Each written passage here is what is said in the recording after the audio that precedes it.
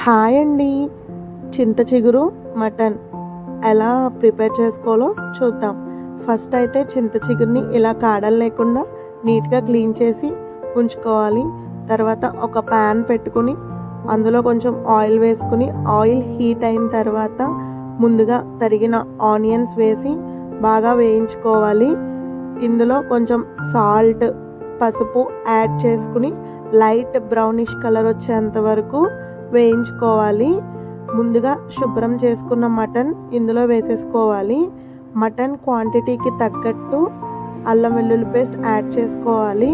నేనైతే 2 స్పూన్స్ అల్లం వెల్లుల్లి పేస్ట్ యాడ్ చేశాను.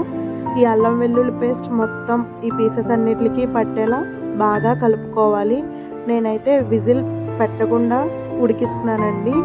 మూత పెట్టుకుని ఉడికించుకుంటే ఇలా వాటర్ అయితే వస్తుంది. ఈ వాటర్ అంతా ఉడికిపోవాలి. అప్పుడే పీస్ బాగా ఉడుకుతుందండి. నేనైతే విజిల్ పెట్టట్లేదు.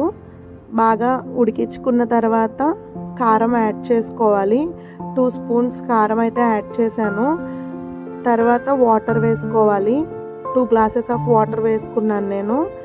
తర్వాత ఒక స్పూన్ ధనియా పౌడర్ యాడ్ చేశాను.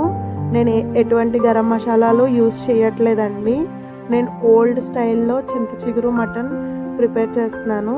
చింత చిగురు పులుపు సరిపోతుందో లేదో అని చెప్పి చింతపండు జ్యూస్ అయితే యాడ్ చేశాను.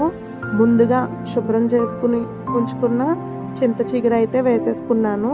తర్వాత మూత పెట్టుకుని ఉడికించుకోవాలండి. ఇలా దగ్గరికి ఉడికిన తర్వాత ఉడుకుతుంది చూసారా. దీని తర్వాత ఆయిల్ అయితే పైకి తేరుతుంది. అలా అయితే మీకు కర్రీ రెడీ అయిపోయినట్టే. దగ్గరికి పడే కొలది టేస్ట్ బాగుంటుంది.